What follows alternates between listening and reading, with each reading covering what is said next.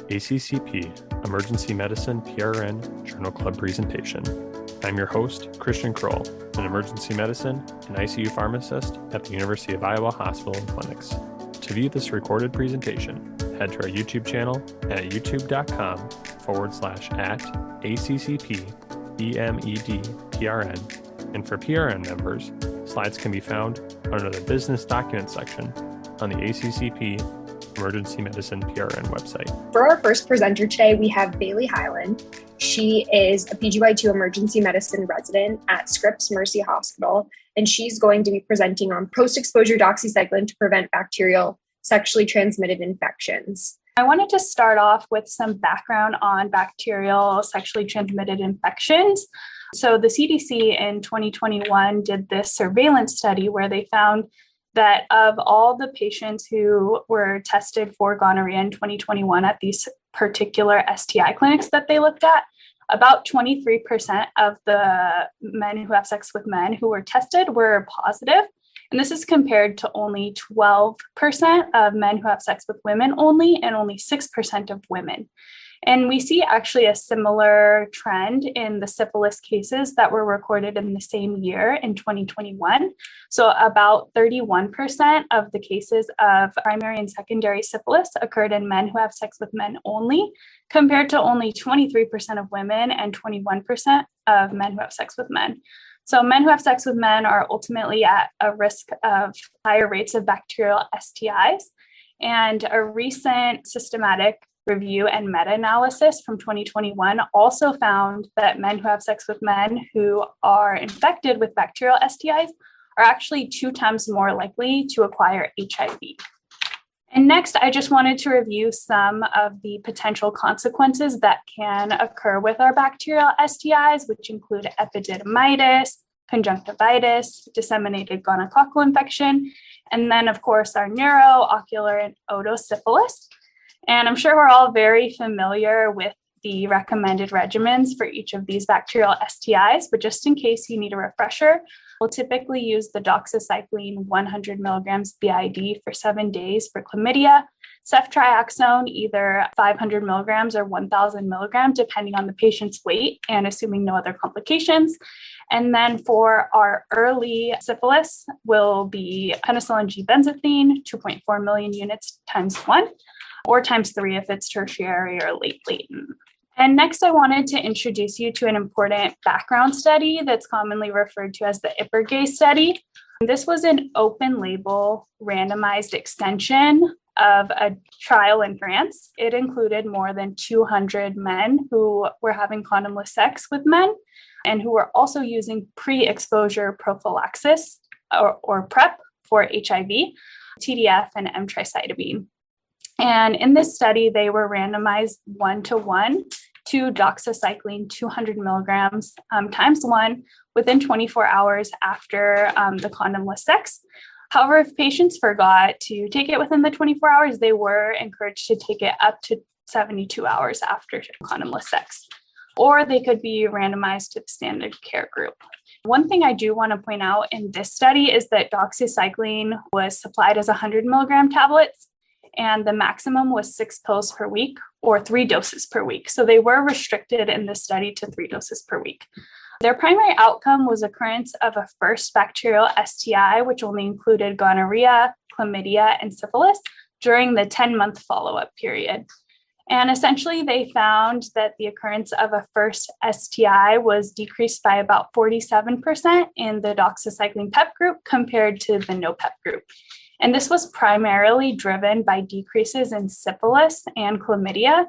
There was no difference in the rates of gonorrhea in this particular study. Next, I wanted to go over the current CDC STI treatment guidelines, which were last published in 2021, and their statement and take on the STI prophylaxis. So they say no long-term data are available regarding the impact of STI PEP on antimicrobial resistance and the microbiome, and that further studies are needed to determine whether STI PEP is an effective and beneficial strategy for STI prevention. And next, I just wanted to do a brief overview of doxycycline, which is one of our tetracycline antibiotics. It binds reversibly to the 30S ribosomal subunit and inhibits protein synthesis, thereby causing a bacteriostatic effect. And then there are no renal or hepatic dose adjustments needed. And then some of the adverse effects that can happen with doxycycline include photosensitivity, teeth discoloration in children under 8 years old, and esophageal injury. And then some of the drug interactions we have to look out for with doxycycline are the chelation DDI, so our di and trivalent cations, which include iron and magnesium. All right, so that brings us to the study in question, which is post-exposure doxycycline to prevent bacterial STIs, otherwise known as the DoxyPEP trial. So this study was published in the New England Journal of Medicine in April of this year. And their objective was to determine the incidence of STIs in high-risk patients taking doxycycline PEP within 72 hours after condomless sex. So pretty similar to our IPERGAY study, which took place in France. However, this study took place in the US, notably Seattle and San Francisco were the two main sites. The funding was provided by the National Institutes of Health, specifically the Institute of Allergy and Infectious Diseases. And then the kits for gonorrhea and chlamydia testing were donated by Cepheid, and then doxycycline was donated by Maine Pharma, but neither company provided financial support for the study. So moving on to our study design, you can see here that there was 2 different cohorts in this study. There were the patients who were taking HIV PrEP, and then there were the patients who were living with HIV. All of the patients were men who have sex with men or transgender women who had a history of STI within the last 12 months. So within each cohort, the patients were randomized 2-to-1. It was an open label trial. So they were randomized to doxycycline hycolate, 200 milligrams times 1 within 72 hours of condomless sex or standard of care. So our primary efficacy endpoint was the incidence of at least 1 bacterial STI each quarter. I want to point out that this is slightly different than the IPERGAY study. So in this study, they did a 12-month follow-up period. So if patients were seen during all quarters and had no loss to follow-up, they would have 4 visits during the follow-up period, and they could have a primary outcome in each of those visits in theory. So it's the total number of visits with an STI over the total number of visits that were completed is the primary outcome here. And then in terms of their primary antimicrobial resistance endpoint, they did look at tetracycline resistance in Neisseria gonorrhoeae and Staph aureus isolated at baseline as compared with the organisms that were isolated during the follow-up period. And then their secondary endpoints included the incidence of each of the component STIs, adverse events based on the Division of AIDS reporting system, as well as patient acceptability. And in terms of inclusion criteria, they included adults older than 18 who were assigned male at birth. They did have to either have a diagnosis of HIV and had to be taking or planning to take HIV PrEP, history of condomless anal or oral sex with a man within the last 12 months, as well as a history of a bacterial STI in the last 12 months. So really, these are very high-risk patients that are being enrolled. And then the exclusion criteria are primarily related to contraindications to tetracycline or doxycycline specifically, including allergies or notable drug-drug interactions, or if the patients were taking doxycycline for some other indication for an extended period, they were also excluded from the study. So next, going on to our statistical analysis, they estimated needing a sample size of 390 patients. They used a significance level of 0.05. The study had 80% power to detect a 50% lower combined incidence of gonorrhea, chlamydia, and early syphilis in each quarter in the DoxyPEP group, and they assumed a 10% annual loss follow-up to come up with their sample size estimation. And they did use a modified intention to treat population. So all the patients were analyzed according to their randomized group, as long as they were enrolled long enough to have at least one of the quarterly follow-up visits. So moving on to our baseline characteristics, we can see that in our HIV PrEP cohort, our patients were a bit younger, around 36, whereas in our persons living with HIV cohort, they were a bit older, around 42, 43.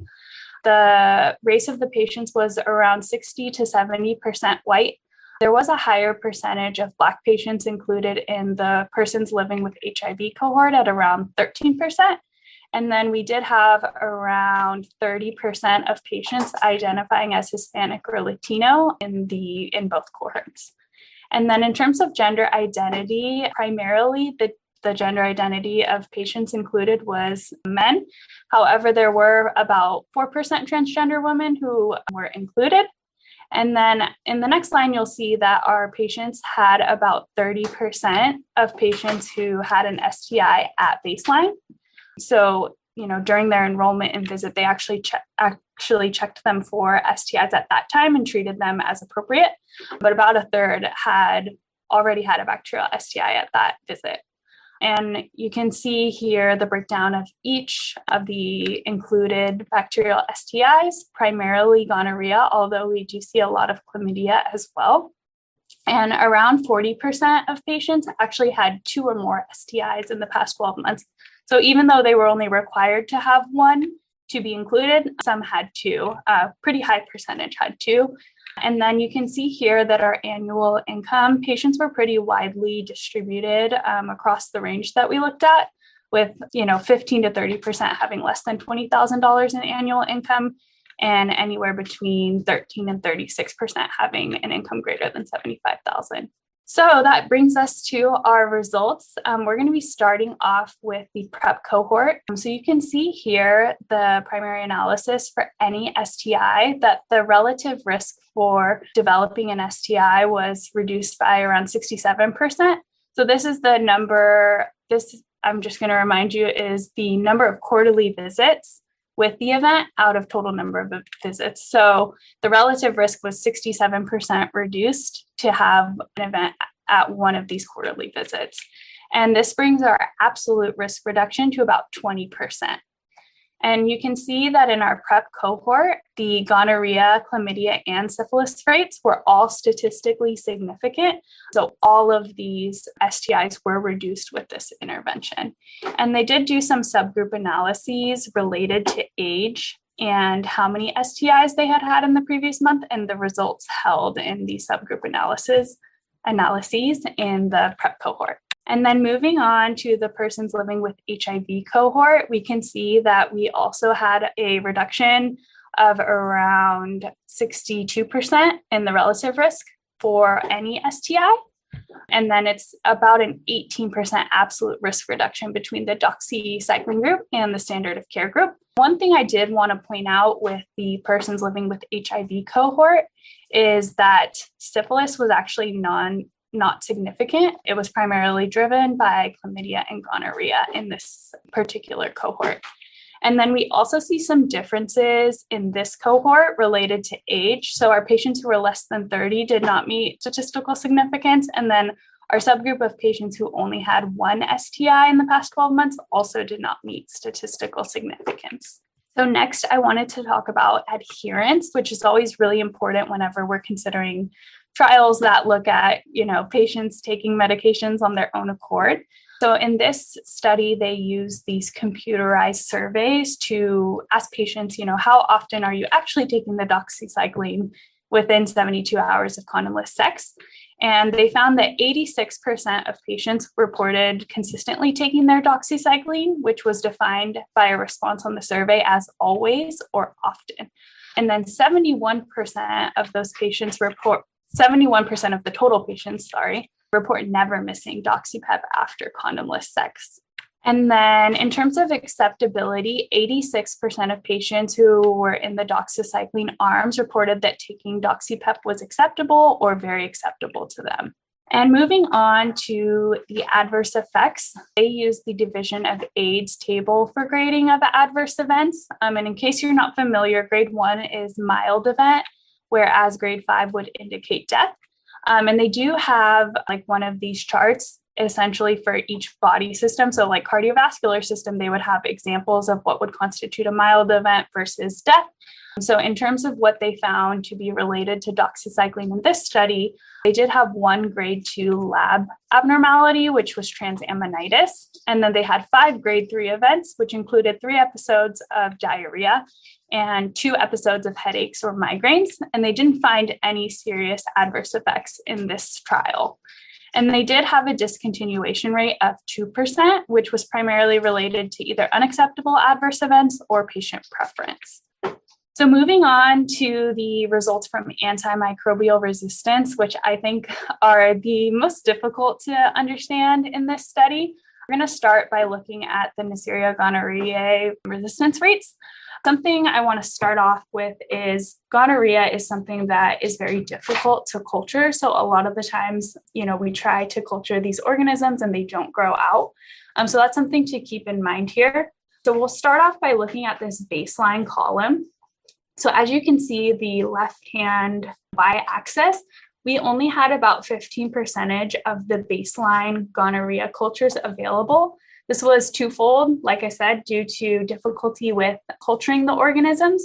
And the other reason was some patients we couldn't get samples from before they were treated. So in that case, they were treated as is the standard of care without getting the swabs. So in this case, we had a total of 15 gonorrhea cultures from the 99 patients who had gonorrhea at baseline. So therefore, 27% of them were resistant to tetracyclines, which was defined by an MIC greater than 2 micrograms per ml. Similarly, after the intervention, we collected swabs from patients who did have gonorrhea. And in this case, we had about 15% available, again, for similar reasons. And we can see that 5 of the 13 that were available were resistant to tetracyclines, which represents 38%. And interestingly, in the standard of care group who didn't receive any doxycycline during the course of the study, they ended up with only 12% resistance, so actually lower than baseline in this case. So just keep in mind when interpreting these results, it is hard to get a representative idea of how many gonorrhea isolates are truly resistant to tetracyclines due to the difficulty with culturing, as well as difficulty obtaining swabs before treating. In addition to looking at the Neisseria gonorrhoeae resistance, they also looked at Staph aureus. I think the primary driver for looking at Staph aureus is because we frequently use doxycycline to treat skin and soft tissue infections, especially in the outpatient setting. We want to make sure that when we're giving doxycycline, for PEP in these patients, are we going to make them unable to use doxycycline if they come in with a skin and soft tissue infection? So I'll start off with the baseline column again. So you can see here we had about 45% of patients who did grow Staph aureus. So in this case, every single patient did get a nasal swab. They were able to do that effectively at the baseline visit, and 45% of them would be considered colonized with Staph aureus. Of this 45% who were colonized, 25 of them had resistance and 190 did not. Resistance in this case was defined by doxycycline MIC being greater than 16 microgram per ml. So this represents a baseline resistance of 12% of Staph aureus being resistant to the doxycycline. And then I subsequently looked at both the doxycycline and standard of care groups at 6 and 12 months. You'll notice that the doxycycline group had lower amounts of Staph aureus isolated, which is likely due to the effects of decolonization after taking doxycycline as part of the study. So we can see that our rate would be 22% at 6 months in the doxycycline group and 16% in month 12 in the doxycycline group, compared with only 10 and 8% respectively in the standard care group.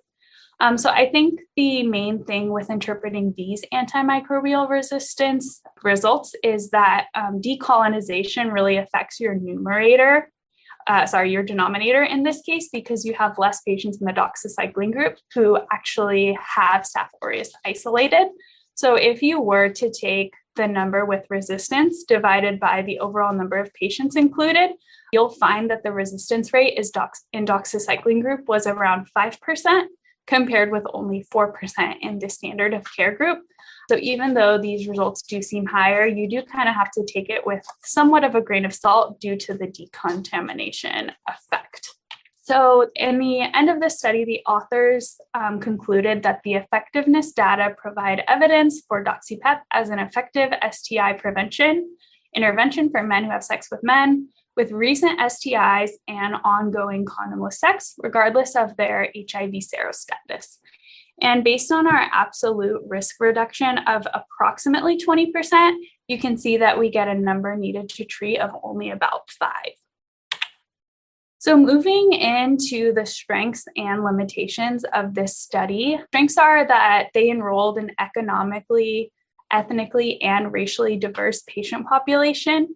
I also think they incorporated relevant stewardship outcomes, and important to all of us here who are practicing in the US, these stewardship outcomes were conducted in the US, which is of course going to most closely mirror our own resistance patterns.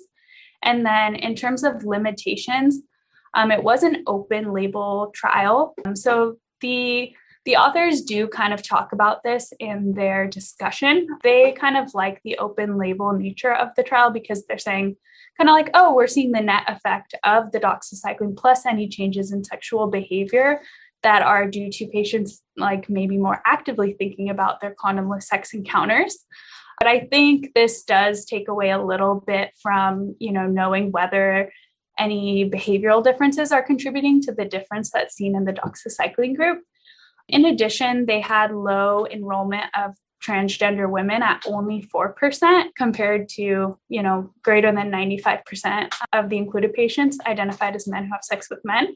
And then there's kind of low generalizability of this study because the patients enrolled were very high risk, patients who have condomless sex encounters, patients who have had STI, in the last 12 months, and 30% of whom had STIs at baseline. And then lastly, this study, at least as far as I can tell, based on my review of the supplement and the paper itself, didn't account for any potential treatment failure. So it's not like after we treated them, we checked to make sure that they actually were treated and cured. So in the event that they did have any treatment failure, they probably would have been recorded in the subsequent quarter as still having the same STI, but it would be counted as an additional endpoint. So that's something to keep in mind as well. I would say it's in line with the standard of practice since we don't typically check for cure with bacterial STIs. But something to keep in mind, especially when you're doing like a quarterly outcome like this. All right, so that brings us to the clinical relevance for all of us. I think, many EDs are either already incorporate or are starting to incorporate like culture and STI callback programs.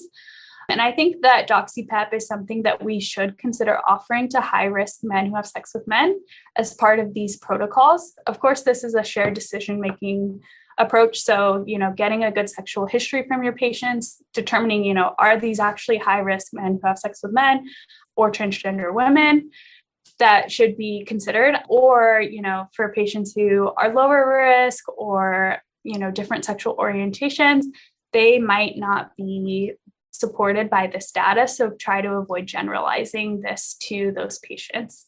But something we can consider offering to patients who maybe aren't willing to be receptive to like kind of our standard STI prevention, including things like condoms. And then in terms of future directions, I think some further studies are needed to monitor the possibility of emerging gonorrhea resistance to tetracyclines with more widespread use of DoxyPEP. And I think there's kind of 2 trains of thought when it comes to resistance. One is we currently, don't use doxycycline to treat gonorrhea in the US. So in some ways, we're not taking out our primary drug that we use, which is the ceftriaxone. But the other thing is, we saw in the French study that DoxyPEP actually wasn't effective for gonorrhea due to higher rates of resistance. And that's not something that we want to induce by preventing these STIs. So we'll definitely need to continue following this as, DoxyPEP gets rolled out to more patients, in which case the risk of resistance might increase as it expands and is used in more patients as opposed to like an isolated kind of trial situation. All right. And with that, I would like to give a huge thank you to my journal club mentor, Dr. Andrew Smith, who is also my RPD here at Scripps Mercy. And then I also wanted to give a huge thank you to the ACCP PRN EMed Journal Club coordinators, which includes Alyssa and Kaylee, Minden and Tess. I'm sure they put a lot of work in to get these together for you guys, and I know we all really appreciate it. And with that, I'm happy to take any questions. If you have enjoyed this presentation content and would like to hear more, subscribe via your favorite podcasting app. Additionally, make sure to check out our YouTube page for all recorded presentations. Thank you for listening to this week's ACCP Emergency Medicine Journal Club presentation. Join us weekly for review and discussion of new journal articles in emergency medicine.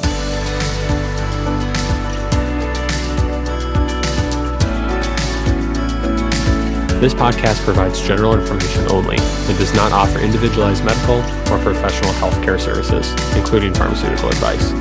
The contents and materials in the podcast are not intended to be a substitute for inpatient pharmaceutical advice, diagnosis, or treatment. And the use of the contents and materials in the podcast does not constitute a pharmacist-patient relationship. As a result, the information in and materials linked to this podcast are applied at the user or patient's own risk. Users or patients should consult their physician or personal healthcare professional. The user or patient should not ignore or delay seeking care because of something they heard on this podcast. In case of an emergency, the user or patient should contact their physician, call 911, or go to the nearest medical emergency facility. The views and statements expressed on this podcast are those of the host and guest and should not be interpreted to reflect the official position or policy of ACCP or the Emergency Medicine PRN.